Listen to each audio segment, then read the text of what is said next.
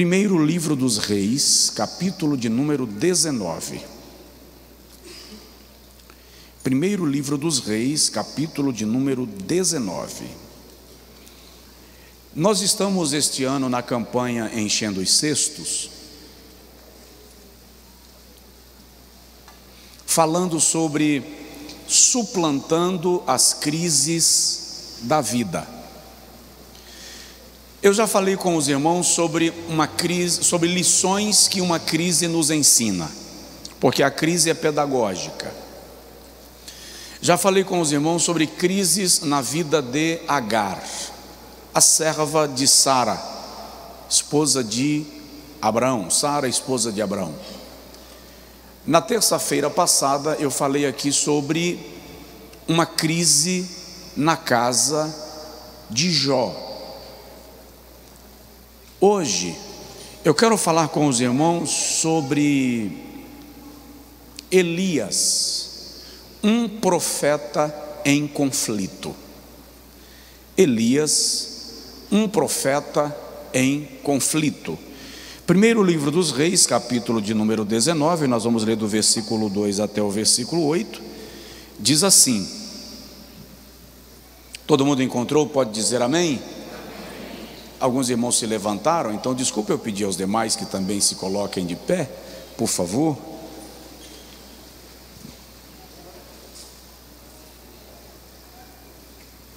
Então Jezabel mandou um mensageiro a Elias, a dizer-lhe: assim me façam os deuses, e outro tanto, se der certo, amanhã, a esta hora, eu não puser a tua vida como a de um deles. O que vendo ele, se levantou e, para escapar com a sua vida, se foi. E chegando a Berseba, que é na terra de Judá, deixou ali o seu servo, o seu moço, o seu auxiliar. Ele, porém, foi ao deserto, caminho de um dia, e foi sentar-se debaixo de um zimbro, e pediu para si a morte, e disse: já basta, ó Senhor, toma agora a minha vida, pois não sou melhor do que meus pais. E deitou-se, e dormiu debaixo do zimbro.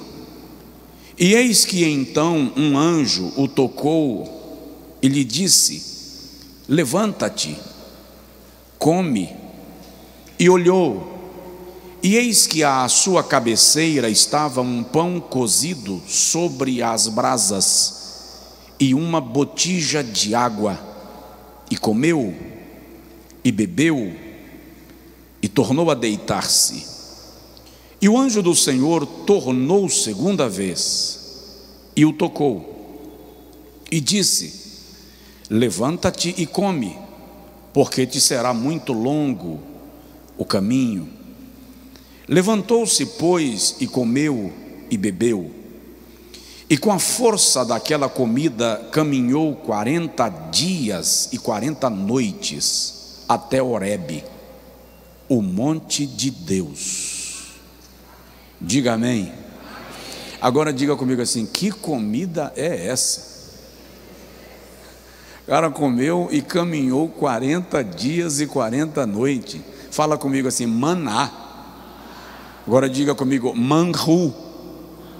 A palavra manru é uma palavra hebraica que no grego é maná, no português é que comida é esta? Agora diga comigo: Senhor, me alimenta com este pão. Amém. Pode sentar em nome de Jesus.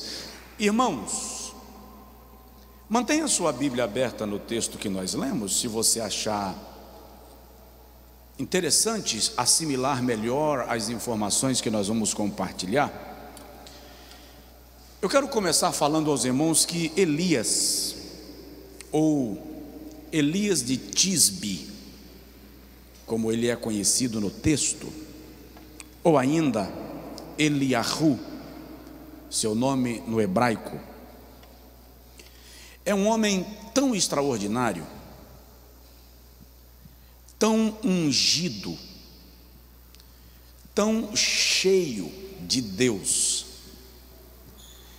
É um homem tão incomum no seu jeito de ser, na manifestação extraordinária de Deus em sua vida, que ele se torna o único personagem do texto sagrado de quem o Espírito Santo teve o cuidado de mandar escrever que ele era sujeito às mesmas paixões que nós. Elias era tão incomum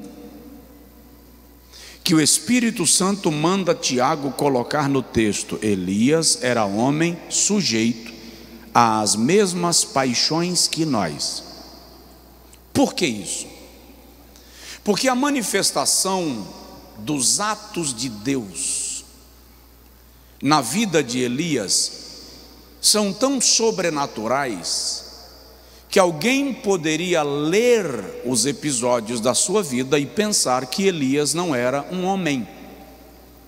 Alguém poderia pensar que Elias fosse um anjo, alguma coisa fora do normal. E o Espírito Santo faz questão de mencionar: ele é um homem comum.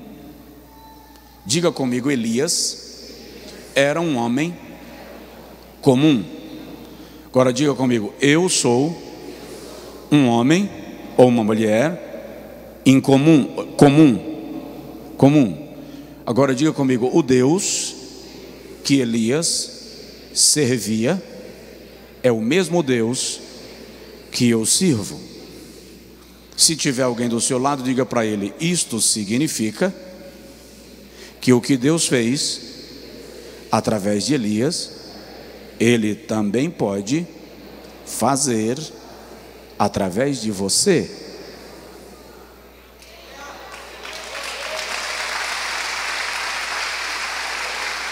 Esta é a razão para o escritor, inspirado pelo Espírito Santo, dizer: Elias era homem sujeito às mesmas paixões que nós.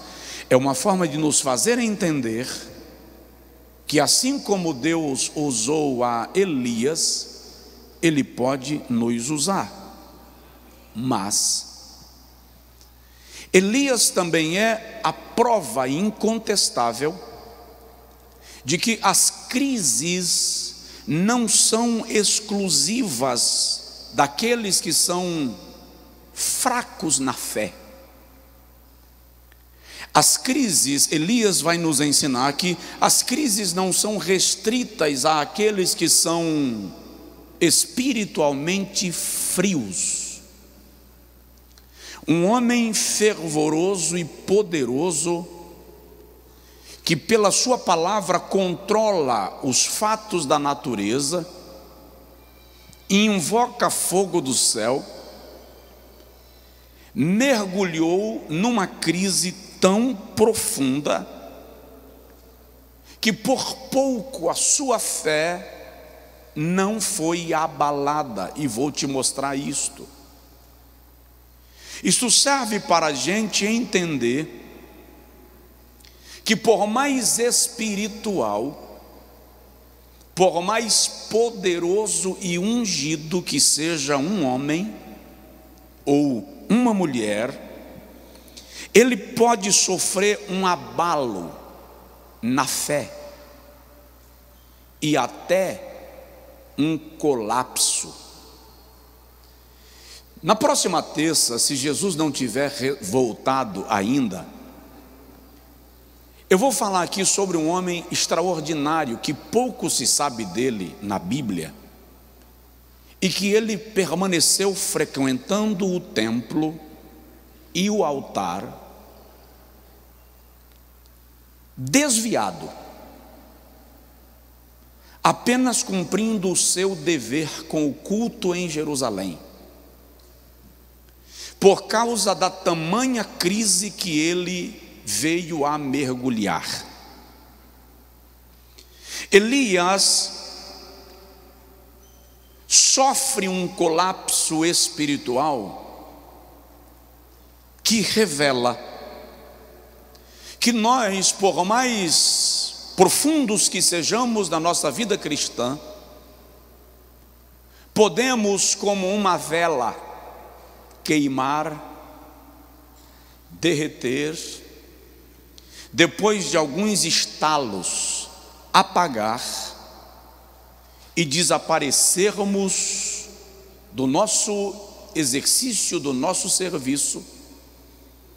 E isto não significa que nós não éramos espirituais, porque a nossa tendência é imaginar que se alguém esfriou na fé, apagou, sucumbiu, é porque não tinha chamada, é porque não era de Deus, é porque era uma hipocrisia, quando na verdade nós podemos entrar em colapso espiritual. E o pior é que a maioria de nós, quando está descambando num colapso espiritual, num esfriamento e num desgaste sem freio, não percebemos o que está acontecendo conosco. Por quê? Porque funcionamos no automático e não captamos quando a nossa vida espiritual, a nossa vida emocional, a nossa vida ministerial está ruindo, sendo corroída. E presta atenção nisso. Eu não estou falando de pecado, eu estou falando de enfado, cansaço, desgaste, que pode até levar a pecar, justamente porque as defesas vão sendo declinadas, arriadas, desmontadas, e Satanás é covarde o suficiente para atacar você exatamente quando você está vulnerável.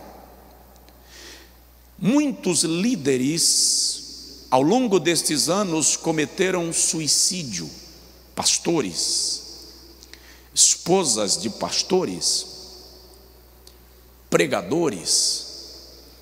E eu lamento que na igreja, quando a gente fica sabendo que um cristão cometeu suicídio, a nossa maior preocupação não é com o que o levou a este nível, nem qual a situação da família. A nossa maior preocupação é: será que foi salvo? É incrível esta nossa tentativa de uma espiritualidade inexistente, que nos nega a inteligência de perceber quando alguém perto de nós, fazendo milagres extraordinários, está colapsando, está desmoronando. Vamos conhecer um pouco da vida de Elias, e se o irmão for do tipo que anota, e por favor, se não for, se torne, pelo menos neste culto, no de quinta também, no de domingo de manhã também, no de domingo à noite também, desenvolva o hábito de escrever, de anotar, de registrar. Vamos primeiro tentar descobrir quem é Elias antes do Carmelo, porque a maioria dos crentes só conhece Elias, ou só conhece o Elias do desafio dos profetas de Baal. Mas quem é Elias antes do Carmelo? Onde ele vivia? O texto o menciona, eu já disse, o seu nome no hebraico é Eliahu e significa Jeová é o meu Deus. Jeová é o meu Deus. Este nome por si só já é uma declaração de fé. Israel estava num período de plena idolatria e politeísmo. Quando os pais de Elias declaram o seu nome, Jeová é o meu Deus, eles estão declarando de maneira indiscreta que não vão se curvar nem diante de Baal, nem diante de Azera, porque o meu Deus é Jeová. Então, o nome de Elias já é uma declaração de fé. Quando ele diz a Deus assim: já basta, ó Senhor, eu não sou melhor do que os meus pais, tira a minha vida. Elias nos faz entender, deixa subentendido que os seus pais também eram do ministério profético e possivelmente tenham sido mortos entre os profetas que Jezabel mandou matar. Então Elias está dizendo: eu não estou entendendo por que eu fui preservado, eu não sou melhor do que os meus pais. Sua cidade, diz o texto, Tisbe, não aparece mais no texto sagrado. Flávio Joséfos, grande historiador judeu, que foi naturalizado romano na guerra dos anos 70, quando ele, comandando o exército de Israel, foi capturado por Roma e levado para Roma, Joséfos se torna historiador, publica, escreve a história de Israel, a história do povo judeu. Joséfos diz que Tisbe era uma pequena cidade, uma pequena aldeia de Gileade. Já a versão Septuaginta, ou versão dos 70 da Bíblia, aponta Tisbe como uma cidade do território da Galileia, tanto que Tisbe é chamada de Tisbe da Galileia. Qualquer que seja o local onde Tisbe estava geograficamente localizado, ela é identificada como a cidade onde Elias nasceu. Não se sabe muito da vida deste profeta neste período. A única coisa que nós sabemos de Elias, além do lugar onde ele nasceu, é que ele tinha um estilo de vestimenta bem específico e bem característico. Tão característico que no segundo livro dos Reis, capítulo de número 1, quando o rei manda os seus emissários consultarem a divindade pagã para saber da sua enfermidade, e Elias encontra os mensageiros do rei e lhe dá resposta antes que eles cheguem aos profetas pagãos, versículo 8, segundo Reis capítulo 1, versículo 8. Quando os mensageiros do rei voltam para o palácio, o rei pergunta assim: por que voltaram tão rápido?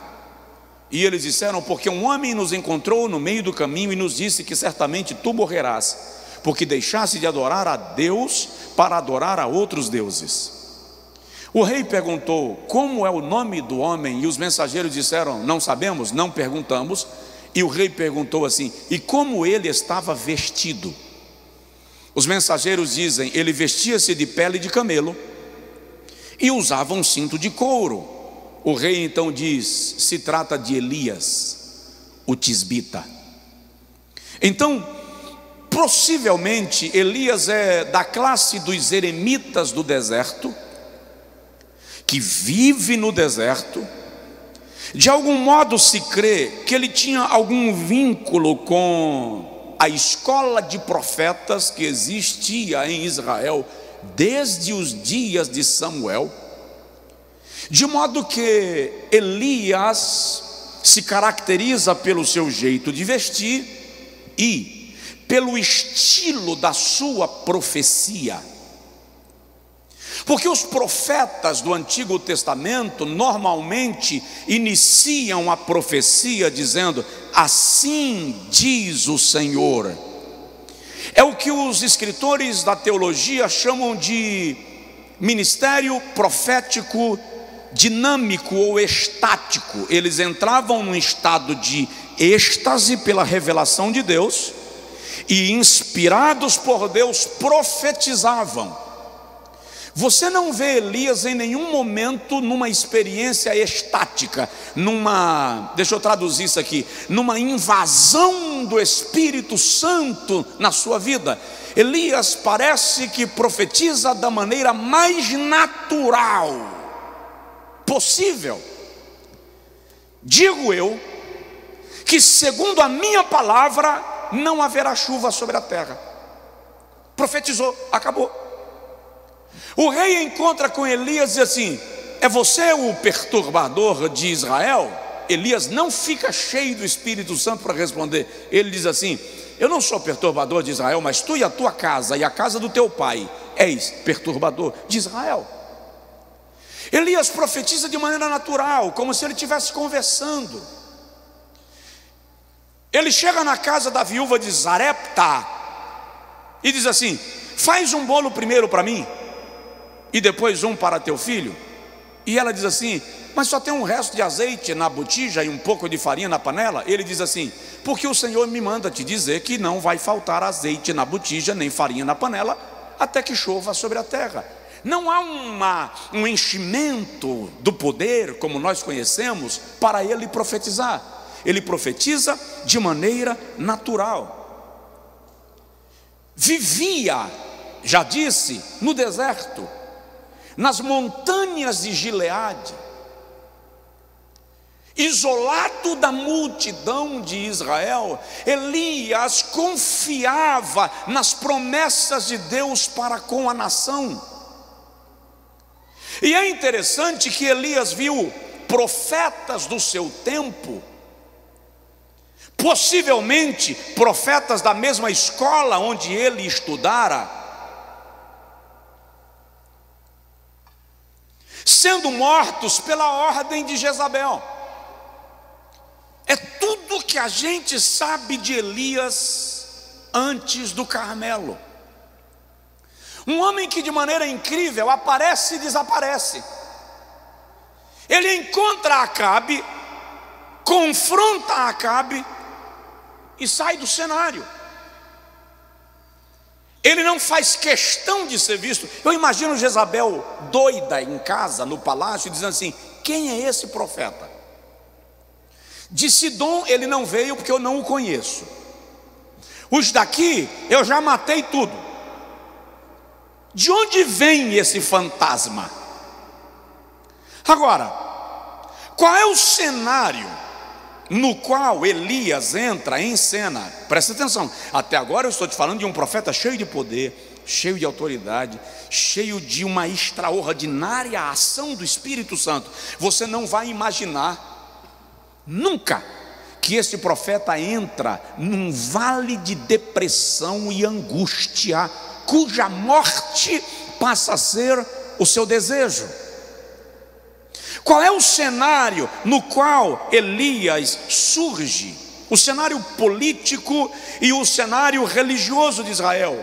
Primeiro, era um período de sucessão de reis ímpios. Elias via reis ímpios sucedendo outros reis ímpios, e a situação só piorava.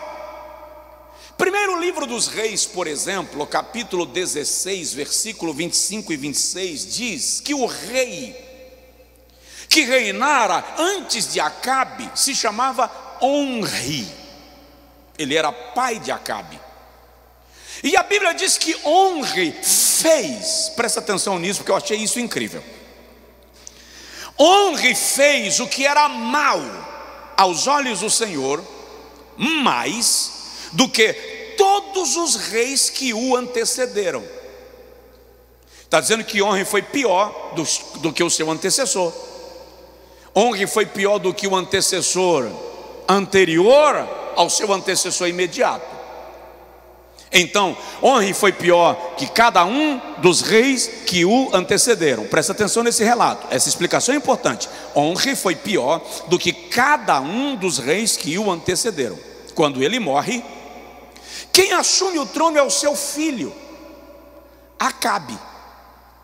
No versículo 28 do mesmo texto, 1 Reis 16, diz que Acabe fez o que era mal aos olhos do Senhor, e fez coisas para provocar ao Senhor, de modo que ele foi pior do que todos os reis que o antecederam. Vamos entender? Onri, pai de Acabe, foi pior do que cada um dos reis que o antecederam. Acabe foi pior do que todos juntos. Acabe conseguiu quebrar o recorde de miséria, de incredulidade, de idolatria, de apostasia, de prostituição. Ele foi pior do que todos juntos. Então, Elias está num ambiente de completo paganismo, impiedade, miséria e afastamento de Deus. Esse é o cenário político. Segundo, Elias está num período de absoluta idolatria. O rei Acabe destaca-se entre os reis de Israel por ser um rei que oficializou, que institucionalizou a idolatria em Israel. O texto diz no primeiro livro dos Reis, capítulo 16, versículo 31, que ele não quis seguir os passos dos reis que temiam a Deus, mas decidiu seguir os passos de Jeroboão. Quem é Jeroboão? Jeroboão é o cara que provoca a divisão das tribos e implanta o culto pagão no reinado de Israel. Jeroboão é o pai do paganismo no cenário de Israel, e Acabe decide seguir os passos de Jeroboão. E presta atenção, o texto diz assim: como se fosse pouco, ele se casou com Jezabel para provocar ao Senhor. Alguns pregadores dizem às vezes que Jezabel foi quem estragou Acabe. Não. Acabe não ficou mal porque se casou com Jezabel. Acabe se casou com Jezabel porque ele era mau. O texto é muito claro. Como se fosse pouco, para provocar ao Senhor, ele tomou por mulher a Jezabel. Quem é essa criança? Jezabel, filha de Etbaal, rei de Sidom. Etbaal, que significa filho de Baal, rei de Sidom, é sacerdote desta divindade pagã. Segura lá. Baal é o deus da agricultura, é o deus dos montes e é o deus da vida na cultura sidônia. Você vai entender por que Elias faz algumas coisas, aí você vai compreender que tem sentido. A filha de Etbaal, Jezabel, é sacerdotisa de Azera, a divindade feminina de Baal. Na mitologia, Baal e Azera são casados. Baal é adorado com o sacrifício de crianças. Crianças eram sacrificadas no altar de Baal. Ao levantar altares para Baal, corpo de crianças eram colocados na estrutura do altar. Azera era adorada com a prostituição cultural, orgias ritualísticas. Então Jezabel é uma sacerdotisa que presta culto a Azera a partir das orgias sexuais ritualísticas, enquanto o seu pai, Etbaal, sacrifica crianças para a sua divindade. Essas duas pragas, Baal e Azera, são trazidas para Israel. O culto de Jeová é suspenso. Os altares de Deus são destruídos. Altares são erguidos a Baal e a Azera. e os profetas do Senhor são exterminados. E Jezabel traz de Sidom 400 profetas de Baal e 450 profetisas de Azera, para coordenarem o culto pagão no território de Israel. Ou seja, o casal cão demonizou toda a prática de adoração no território de Israel. Você me entendeu? Quem me entendeu, levanta a mão. Obrigado. Esse é o cenário de que Elias está. Então, ele está num cenário de reis ímpios, ele está num cenário de completa idolatria, e ele está num cenário de crise econômica absoluta. Por quê? Porque se não há chuva sobre a terra, e a chuva é a grande responsável pela agricultura, pelo rebanho e pela prosperidade e fartura de um reino, e não tem chuva. O texto sagrado diz em 1 Reis capítulo 18 versículo 2 que havia grande miséria em Samaria. Então havia uma crise econômica instaurada sobre a nação. Então você tem crise política, você tem crise religiosa, você tem crise econômica e tem uma crise moral. Elias está num cenário de completa inversão de valores.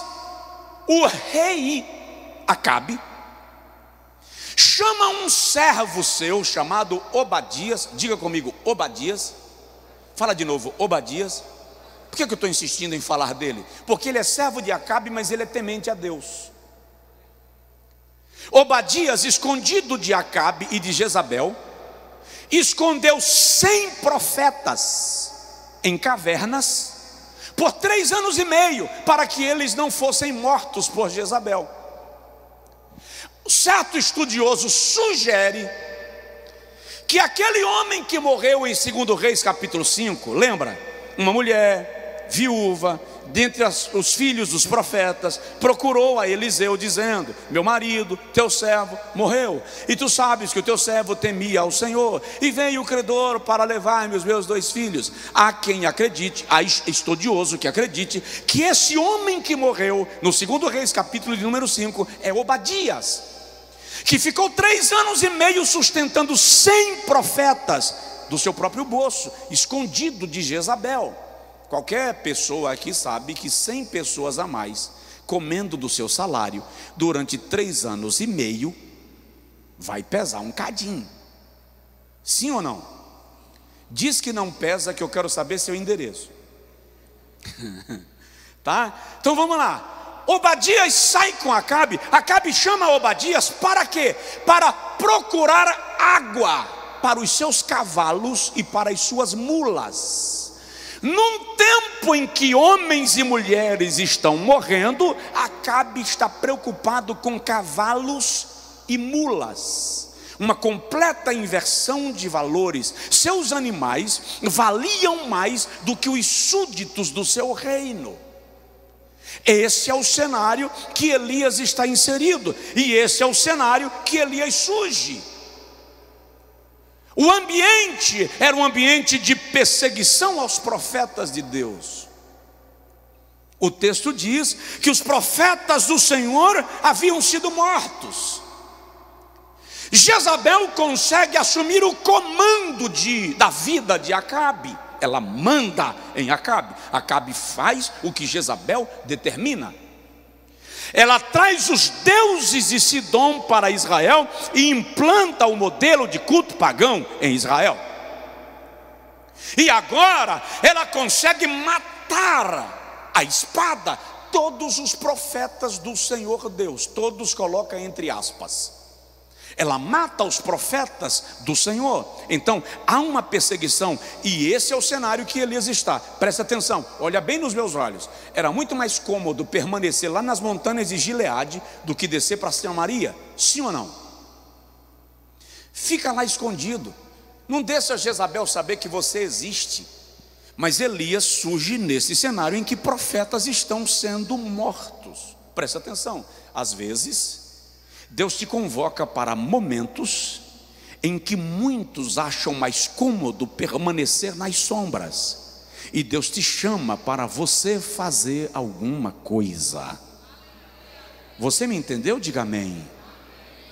Em sexto lugar, o cenário que Elias está vivenciando é um cenário de completo abuso de poder. Eu vou repetir: o doentio casal cão não admite não como resposta. Não se pode dizer não a Acabe. E detalhe, Acabe é dengoso, acabrunhado, qualquer coisinha ele ficava bicudo.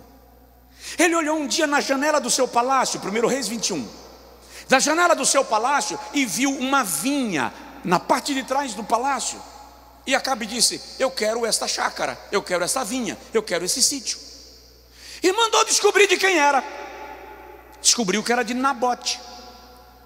E Acabe foi lá e fez uma proposta a Nabote para comprar a vinha. Só que a lei mosaica proibia o rei de comprar propriedades privadas. Para que isso? Para evitar abuso de poder. Segundo, a lei mosaica proibia que uma herança fosse vendida para alguém que não fosse da família. A propriedade da família não poderia passar para alguém que não fosse da família. Então Nabote disse assim: eu não posso vender a herança dos meus pais. Nabote só estava cumprindo a lei. Jezabel chegou em casa um dia e encontrou Acabe cabisbaixo, choroso. Perguntou: o que você tem? É porque eu queria comprar a vinha de Nabote. Jezabel mandou levantar falsas testemunhas contra Nabote, apedrejou a Nabote em praça pública e o matou. E Acabe tomou a vinha de Nabote com um derramamento de sangue. Então, para Jezabel e Acabe, não pode ser suportado. Esse é o cenário que Elias aparece. Elias entra em cena quando Israel é um verdadeiro cenário de destruição. Presta atenção: profetas estão sendo mortos, crianças estão sendo sacrificadas, os locais sagrados viraram ponto de prostituição ritualística, e Israel está curvado diante de uma mulher chamada Jezabel. Elias aparece. E o que ele faz? Primeiro ato profético de Elias. Se você está anotando, coloca aí: primeiro ato profético de Elias. Primeiro livro dos Reis, capítulo de número 17, versículo 1. Elias aparece e diz assim: segundo a minha palavra, não haverá chuva sobre a terra por 3 anos e meio. Por que Elias decreta contra a chuva? Porque Baal era o deus da agricultura, porque Baal era o deus da vida e o deus dos montes, porque Azera era a deusa, a divindade da fertilidade. Então, quando chegava a época da plantação, eles ofereciam crianças no altar, sacrificando a Baal, para que Baal mandasse chuva. E eles se prostituíam diante dos altares para que os rebanhos procriassem em abundância. Quando Elias diz: segundo a minha palavra, não haverá chuva sobre a terra, ele está dizendo o seguinte a Jezabel e a Acabe: o Deus de Israel é tão poderoso que a simples palavra de um servo é mais poderosa do que os deuses que vocês estão adorando, quanto mais o Deus Jeová. O que Elias está dizendo é: um profeta de Jeová tem mais autoridade do que Baal e Azera juntos. Então, como é que vocês desistem de servir a Deus Jeová? Vamos aprender a lição? Quem é servo de Deus aqui, levanta a mão. Tá, então aprenda essa lição. Uma simples palavra de um servo, de uma serva de Deus, vale mais do que a autoridade da própria entidade maligna. Imagina que se tua palavra é mais poderosa do que o decreto de uma entidade maligna, imagina quando o próprio Deus dá um brado ao teu respeito. Recebe essa palavra e em nome de Jesus, abra a sua boca como profeta de Deus e comece a fazer declarações proféticas. É isso que Elias está nos ensinando. E é incrível, parou de chover. Não chove em Israel 3 anos e meio. Chove em Judá, mas não chove em Israel. E Deus diz a Elias: agora vai para a beira do ribeiro de Querite, que lá eu vou te manter, lá tem água. E eu já mandei uns garçons, uns corvos, que vão te levar pão e carne. Presta atenção nisso, irmão. Corvo come carne, pão não. Então como é que esse corvo chega em algum lugar e rapta um pão e leva para Elias? Jeová mandou. Deus deu uma ordem. O Senhor ordena algum bando de corvos e diz assim: vocês vão levar pão para o meu profeta na beira do ribeiro. E o corvo pega pão em alguma casa por ali, e o corvo pega um pedaço de carne em algum lugar por ali e leva para Elias. E Elias vai sendo alimentado. Você não me entendeu, não é possível. Eu vou traduzir. Deus está dando ordem de provisão para você. Deus está dando ordem de provisão para você. Agora presta atenção, é um profeta poderoso ou não? Ele não é cheio de Deus? Cheio de unção? Não vai chover e não chove? De repente Elias aparece a Acabe. Aqui vem o segundo ato profético de Elias. Eu vou chamar de desafio profético. Elias diz a Acabe assim: pega os 400 profetas de Baal, e o 1 Reis 18, e as 450 profetisas de Azera, leva no Monte Carmelo, e lá nós veremos quem é o verdadeiro Deus de Israel. A Bíblia Sagrada diz que quando chegam no Monte Carmelo, você conhece essa história, Elias pega pedras e edifica um altar ao Senhor, e algumas versões diz pedra bruta. Por quê? Porque os altares de Deus foram demolidos. Elias está improvisando um altar. Enquanto Elias levanta um altar, os profetas de Baal já têm altares levantados. Depois que o altar está levantado, Elias olha para eles e diz assim: vocês vão clamar primeiro, para que o vosso Deus responda com fogo. Depois clamarei eu. Tudo isso a gente conhece, é por isso que eu não estou tomando tempo em detalhes. Eu quero ir lá para a crise de Elias. Depois eu clamarei. O Deus que responder com fogo será aclamado Deus em Israel. Todo mundo concordou? E a Bíblia diz que os profetas de Baal e de Azera começaram a clamar. E a história diz, o historiador diz que os altares de Baal tinham alguns córregos que passavam por debaixo do altar e pelas laterais do altar, onde eles colocavam azeite. Porque no momento que eles estavam mais fervorosos, mais empolgados, alguém acendia o fogo, para que o fogo subisse e tomasse conta do altar. E era ali que as crianças eram sacrificadas, queimadas vivas para Baal. Por que Elias manda abrir um rego em torno do altar? Ele cria um vale em torno do altar.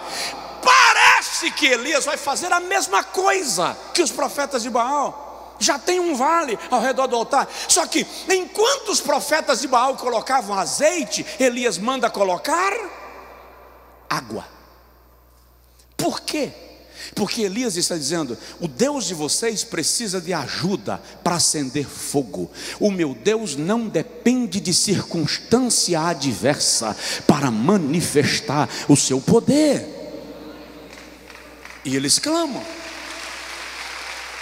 e eles oram. Às 3 da tarde, Elias diz: agora para, que chegou a minha hora, agora quem vai clamar sou eu. E a oração de Elias não é longa. Ele ora assim: ó Senhor Deus de Israel, mostra para este povo Israel que tu és Deus em Israel e que eu sou teu servo. Bastou. A Bíblia diz: desceu fogo do céu, queimou o holocausto, queimou o altar.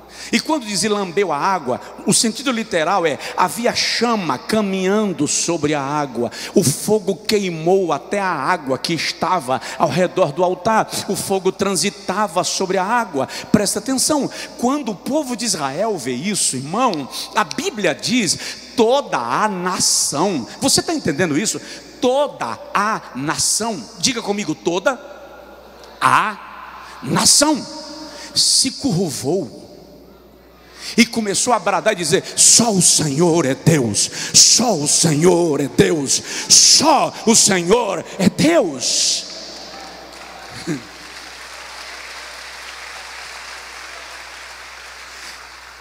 Este é o maior avivamento da história de Israel depois do Êxodo. Vou repetir: este é o maior avivamento da história de Israel depois do Êxodo. Israel nunca tinha visto algo tão extraordinário. A última vez que toda a nação cantou dizendo só o Senhor é Deus foi na travessia do Mar Vermelho. Há um avivamento em curso, e Elias está tão convicto desse avivamento que ele agora grita para a multidão que está cantando só o Senhor é Deus, só o Senhor é Deus. Ele diz: pega os profetas de Baal e de Azera e faz com eles o que a lei manda. O que a lei mandava? Matar. Todos aqueles que sacrificassem seres humanos às divindades eram punidos com a sentença de morte. Elias, diz o texto, ele destrói o sacerdócio idólatra. Acabou a festa. Israel está em avivamento. Lindo demais. Muito poder, muita autoridade, muita unção, muita glória. Agora Israel vai viver o maior avivamento de todos os tempos, até o momento que o mensageiro chega. Capítulo 19, versículo 1 e 2 diz assim: Jezabel manda te dizer que amanhã a esta hora tu serás como um dos profetas de Baal, ela vai te matar.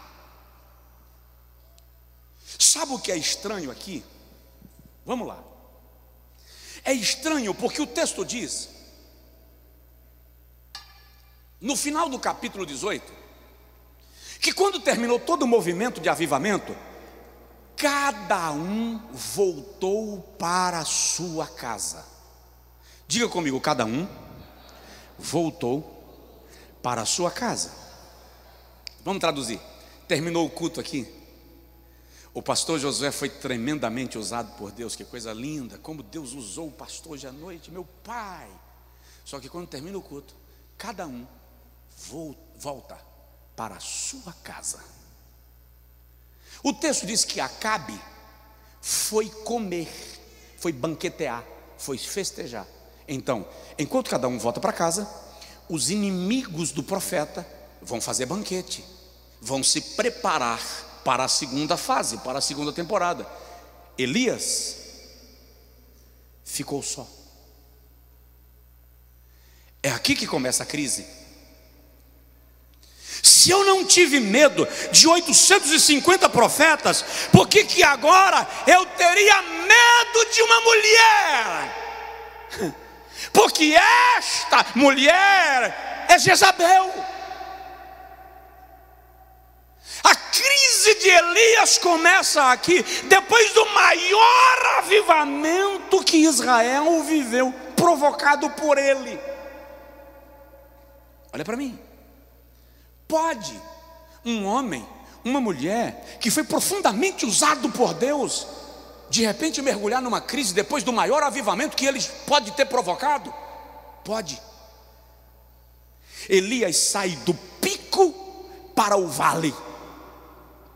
Ele sai de um nível de autoridade espiritual para um nível de fraqueza humana extraordinário. Vem comigo, já estou caminhando para fechar. Quais são os sinais da crise de Elias? Se você está anotando, coloca aí, sinais da crise. Quais são os sinais da crise de Elias? Primeiro, frustração. Elias esperou que Israel se converteria.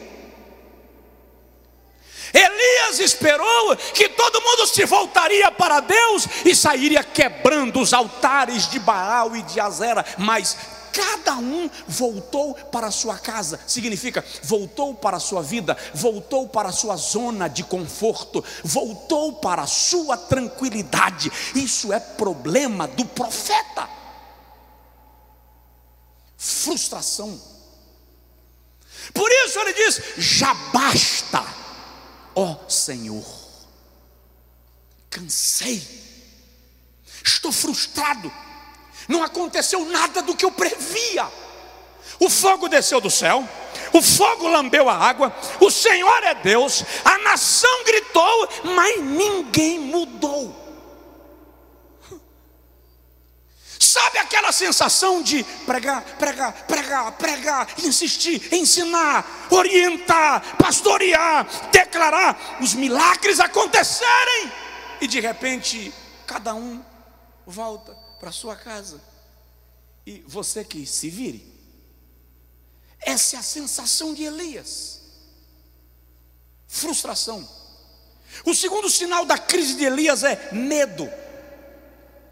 19:3, o texto diz: ele levantou-se e se foi para escapar por sua vida.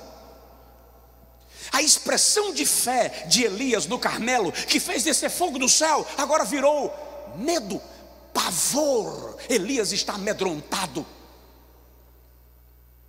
Elias está acuado. E o incrível,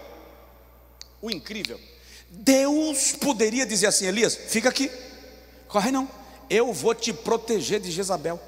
Mas Deus não diz nada. Você me entendeu não? Tem alguém aqui? Deus não diz nada.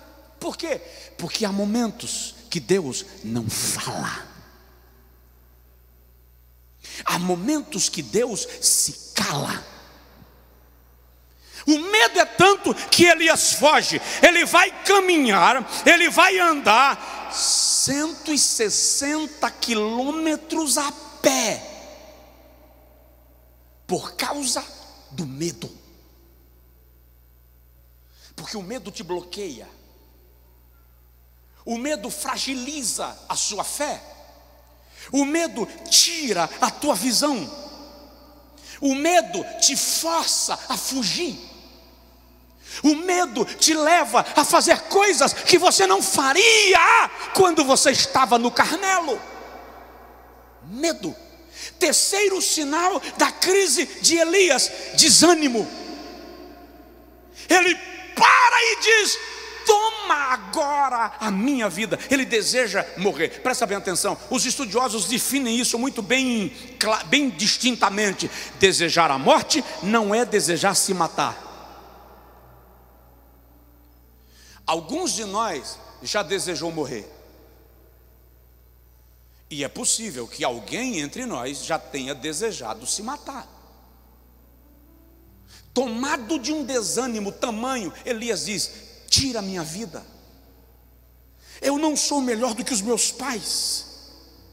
Ele está tomado de cansaço, de desânimo, de tristeza, de amargura, de angústia. Você já se sentiu assim? Você já fez algo que você imaginou que os seus funcionários iriam te aplaudir, que os teus amigos iriam te abraçar, que as pessoas de quem você espera reconhecimento iriam te valorizar, e ele se vai, e você fica sozinho, frustrado, amedrontado, desanimado. E só quem já experimentou desânimo no seu mais intenso sentimento sabe que às vezes você acorda e não tem ânimo para abrir o olho, você abre o olho e não tem ânimo para levantar, você senta e não tem ânimo para ficar em pé, falta vontade de viver. É o caso de Elias. Mas pastor, para que tudo isso? Elias não viveu um grande avivamento ontem, e agora ele está nessa situação. A sensação de fracasso. Tudo foi lindo ontem, mas não resultou em nada. Elias se sente um profeta em pleno fracasso. Fracassei. Fala a verdade. Quem já teve, não precisa levantar muito alto não, bem baixinho, tá? Para ninguém ver. Quem já teve a sensação de fracasso absoluto numa jornada? Levanta assim a mão, bem discretamente. Deu tudo errado. Pastor, eu dediquei 5 anos da minha vida para essa empresa. Quebrou que não ficou nada. E até o que eu tinha antes levou. Eu dediquei 20 anos da minha vida nesse casamento. Eu fiz de tudo. Acabou, até minha saúde foi fracasso. Junto com a sensação de fracasso, Elias sente solidão. Estou só, todos os teus profetas morreram. Ele se sente só. E a psicologia moderna pontua a chamada solidão social. Você está no meio de pessoas, mas se sente só. Você está entre amigos, mas está só. E a solidão, para quem está no estado de Elias, é uma companhia perigosíssima.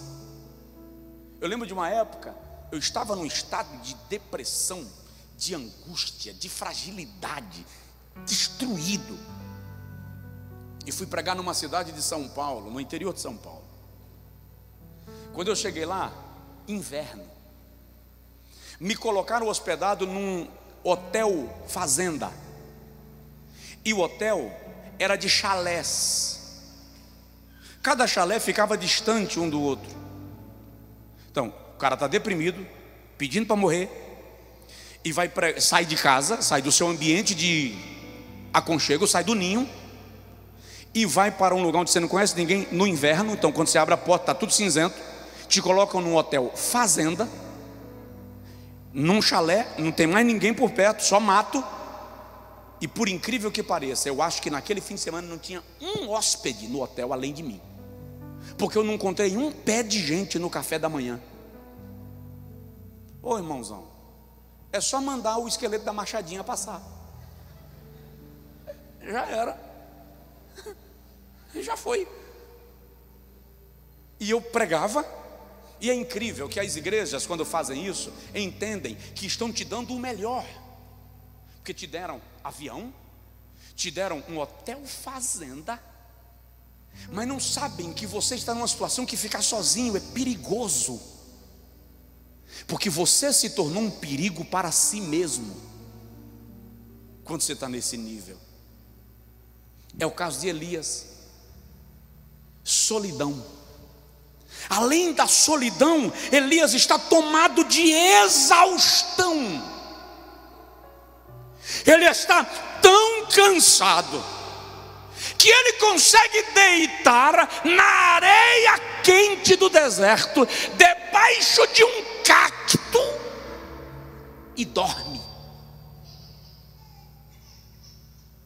Não, eu não estou falando de cansaço, eu estou falando de exaustão. Eu já vou parar, eu não vou concluir, eu vou deixar para concluir na próxima terça, porque eu não vou atropelar isso aqui.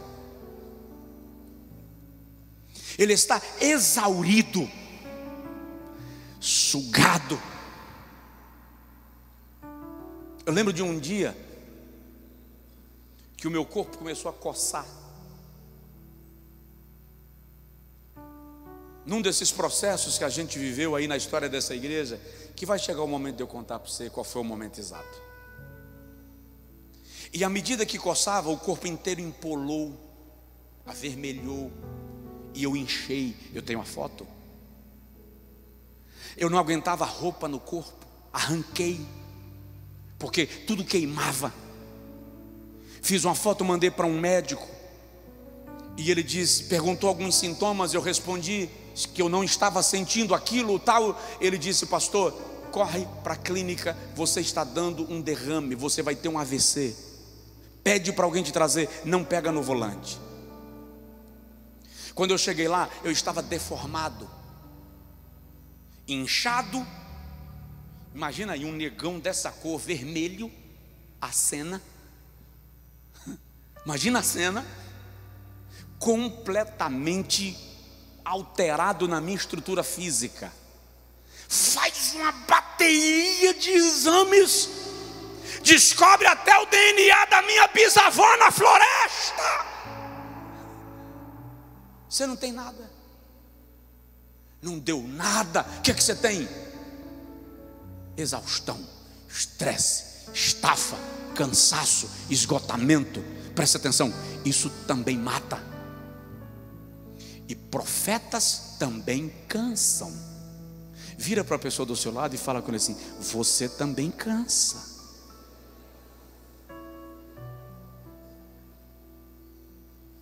Essa era a situação de Elias. E além da sensação de fracasso, de solidão, de exaustão, vem o esgotamento. E é incrível, e aqui eu paro. Terça-feira a gente continua.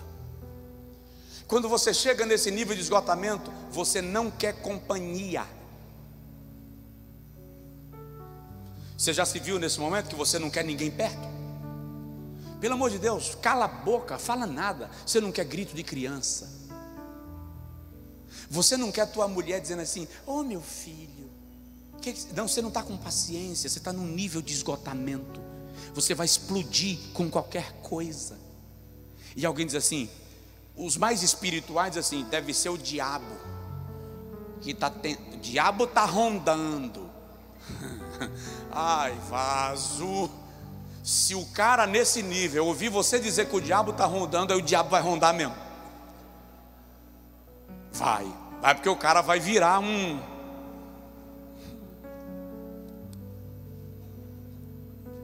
Chegou num nível que você não suporta mais. Capítulo 19, versículo 5 diz que Elias chegou na terra de Judá e deixou seu moço. Fica aqui. E seguiu só. Ele estava no nível mais elevado do esgotamento físico, mental e espiritual. Não, eu não estou falando de um crente frio, eu não estou falando de um crente fraco, eu não estou falando de um crente meia boca, eu não estou falando de um crente que tem a vida dissoluta e bagunçada. Eu estou falando do camarada que diz assim: se eu sou homem de Deus, desça fogo do céu, e o fogo desce.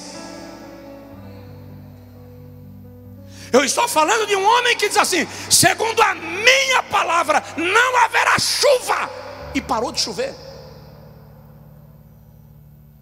Eu estou falando de um homem que diz assim: mostra para esse povo que tu és Deus em Israel e que eu sou teu servo.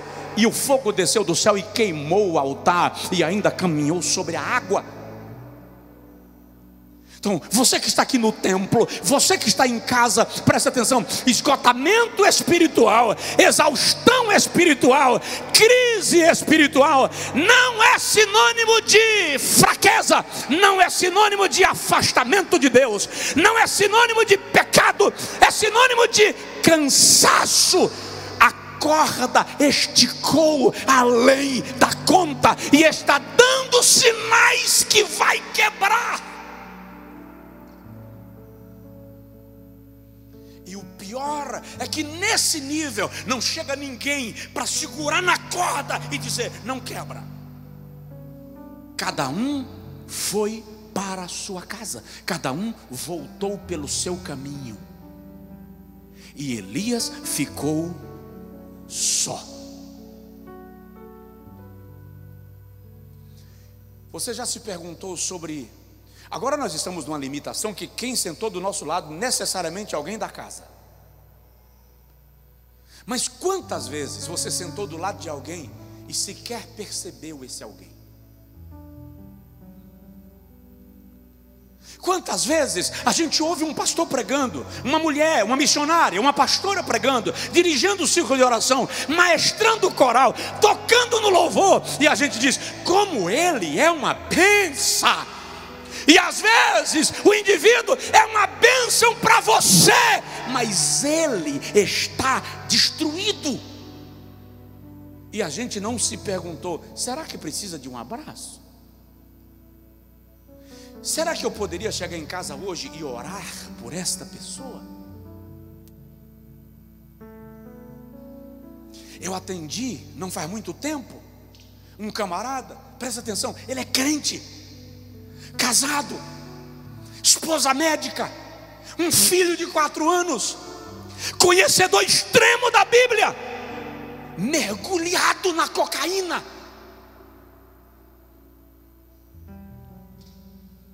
Desviou, está mergulhado no vale de depressão, de angústia, de neblina. E nós, carregados de uma espiritualidade poderosa, dizemos: larga de mão, está nas drogas. Quando Deus não nos chamou para jogar na lama, Deus nos chamou para caçar caranguejo. Mete a mão na lama, tira o cara de lá, resgata-o, porque Deus pode usá-lo de maneira poderosa.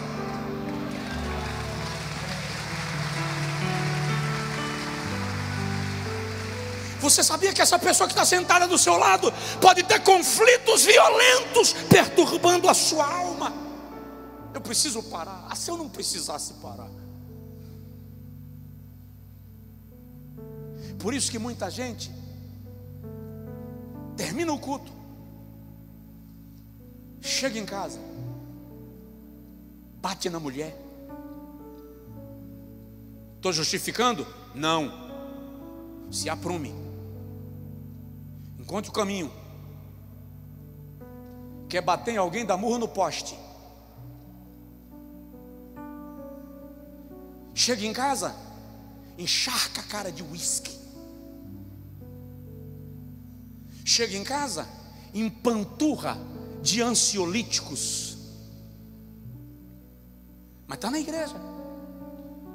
E a gente é espiritual, mas não o suficiente para saber que pode haver um Elias sentado do nosso lado, que mergulhou na angústia e na depressão. É crise. Semana que vem eu vou continuar. Eu vou te falar a que nível a depressão de Elias chegou. E vou te falar a forma extraordinária como Deus reverteu o nível que Elias estava e lhe levou a um nível ainda mais poderoso de ministério. Por que eu estou dizendo isso? Para te dizer, você que está aqui no templo e você que está em casa, não sei o nível de angústia e de aflição de alma que você está, mas eu sei que Deus é poderoso para descer no vale mais profundo ao teu encontro e te trazer de lá e te levar para uma nova dimensão.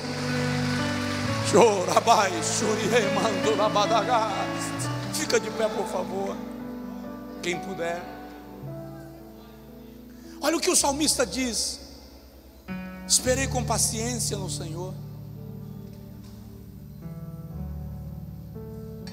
Ele se inclinou para mim e ouviu o meu clamor. Olha que coisa linda. Tirou os meus pés de um charque de lodo e me firmou sobre a rocha. Olha, presta atenção, charque de lodo ali não é um mangue, não é um lamaçal, é um poço de areia movediça. Quando o indivíduo chega nesse nível de Elias, ele não encontra mais o fundo, ele só desce, só mergulha. Existem níveis de depressão que o indivíduo perde o comando das suas ações, das suas reações, das suas faculdades. Ele está descendo numa areia movediça. Não cabe julgá-lo, cabe socorrê-lo. E é incrível, socorrer às vezes é não falar nada, porque o indivíduo não está em condição de ouvir nada e de ouvir ninguém, ele não quer ouvir. Socorrer às vezes, dá licença, é só sentar do lado e ficar calado, só para dizer assim: se você precisar, eu estou aqui. Se você precisar, eu estou aqui.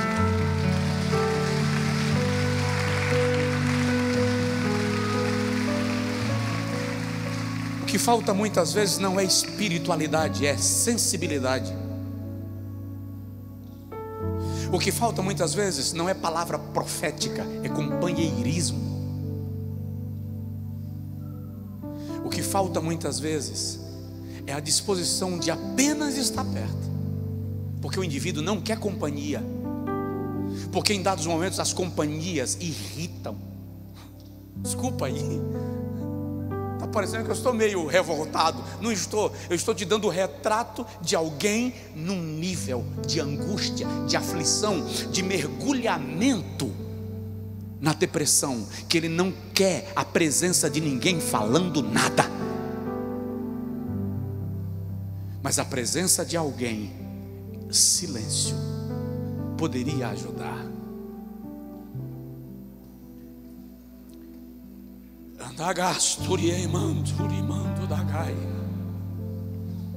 A esperança para você. Um homem de Deus, uma mulher de Deus pode entrar em crise. A crise emocional, psicológica, espiritual que você está não indica que você é menos crente. Só indica que a corda esticou demais. Mas aqui está o Deus que forma a terceira dobra, e o cordão de 3 dobras não se quebra. Tem um versículo na Bíblia, eu cito e a gente ora, que diz assim: os que esperam no Senhor renovarão as suas forças. O texto literal de renovar ali não é Deus pegando a tua força e te dando força nova. É como se você fosse um fio de teia de aranha, mas um fio de aço é posto para dar suporte. É como se Deus dissesse: se você esperar em mim, a sua força é só um fio de teia de aranha, mas eu estou colocando um fio de aço. E o que é que você tem que fazer? Pega a tua pouca força, que é apenas um fio de teia de aranha, e enrola nesse fio de aço.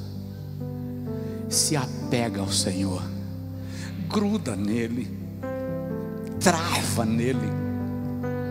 Vou usar um termo da minha avó: enrosca em Deus. Segura, faz como Jacó: eu não te largarei enquanto não me abençoares. É o reforço que você está recebendo nesta noite. Pai, esta é a tua palavra. E eu quero pedir, Senhor, que durante esse louvor que nós vamos entoar agora, esta palavra seja fixada, consolidada, apilada, revelada, esclarecida na alma, no espírito deste homem e desta mulher.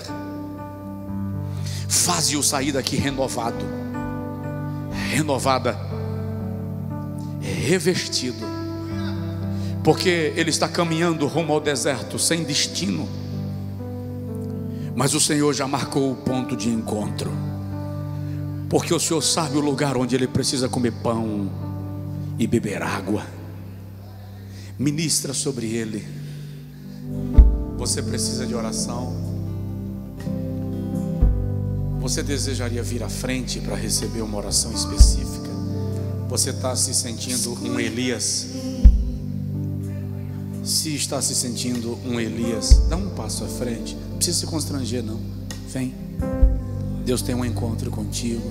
Eu não vou demorar mais, nós já vamos encerrar, mas eu preciso orar por você, porque Deus é poderoso para curar a sua alma, para fortalecer você, para renovar as tuas forças no cenário de deserto que você está.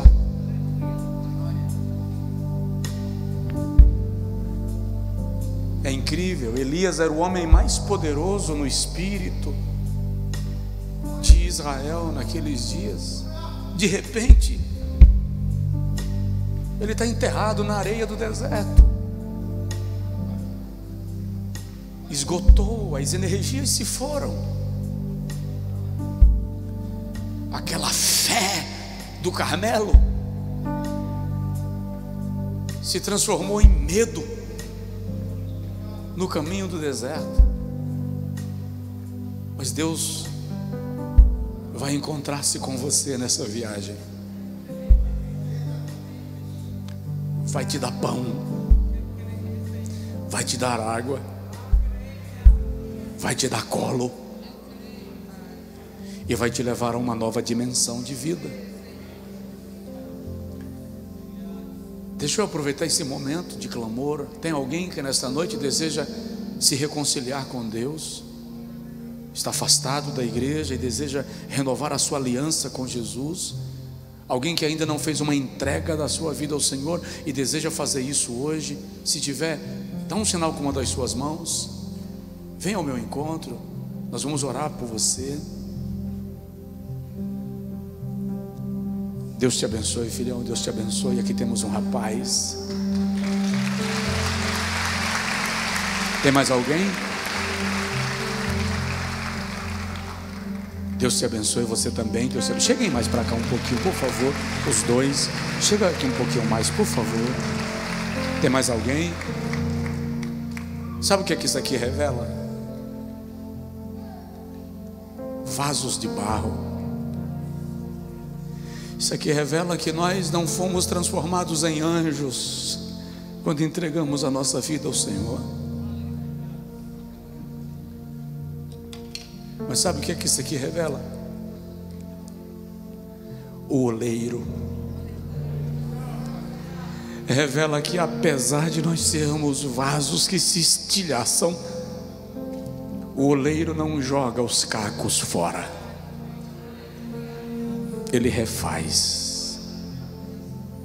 Pai, aqui estão irmãos e irmãs, dotados de um tamanho poder de franqueza, de um tamanho poder de honestidade, de um tamanho poder de humildade, admitindo, Senhor, que no caminho do deserto eles estão esmagados pela dor, pela frustração, pelo medo, pelas decepções, pelo cansaço. Estão esgotados, exaustos.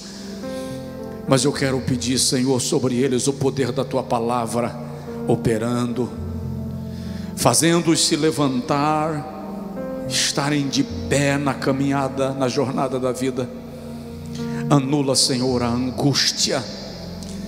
Ai, veste os Teus filhos com vestes de alegria. Cobre-os, Senhor, com uma grinalda de graça. Dá aos Teus servos um renovo espiritual, porque somos como o fio da teia de aranha, não suportamos o peso. Mas se o Senhor trouxer para nós o fio de aço, se o Senhor trouxer sobre a nossa pequena força a Tua grande força, o nosso poder será, a nossa fraqueza será manifestado em poder. O teu poder se aperfeiçoará em nossa fraqueza, e nós vamos superar a crise e o deserto. Ajuda o teu servo, Senhor, com os picos de ansiedade, com as crises de depressão, com as crises de fibromialgia, com as crises de pânico, com as crises de medo, com as crises de insônia. Ai, carabagabassuri, ai, tarabagai. Quebra agora toda a força covarde do maligno, aproveitando da vulnerabilidade emocional, psicológica e espiritual do teu servo, para achatá-lo na sua aflição. Levanta o teu servo em graça, levanta o teu servo em poder, levanta a tua serva com sabedoria, com inteligência emocional, com inteligência espiritual. Ajuda teu filho, ajuda a tua filha, em nome de Jesus. E esses dois moços, Senhor, que estou entregando ao Senhor o teu coração, inunda, enche, habita, estabelece, conquista, em nome de Jesus, em nome de Jesus. Aleluia. A igreja aplaude ao Senhor. Deus te abençoe, Deus te abençoe. Irmão Carlos, irmão Sandro, por favor, conduz eles ali com a nossa equipe de discipulado. Senta só um pouquinho. Só quem pode aplaudir ao Senhor faz isso com alegria, faz isso com gozo.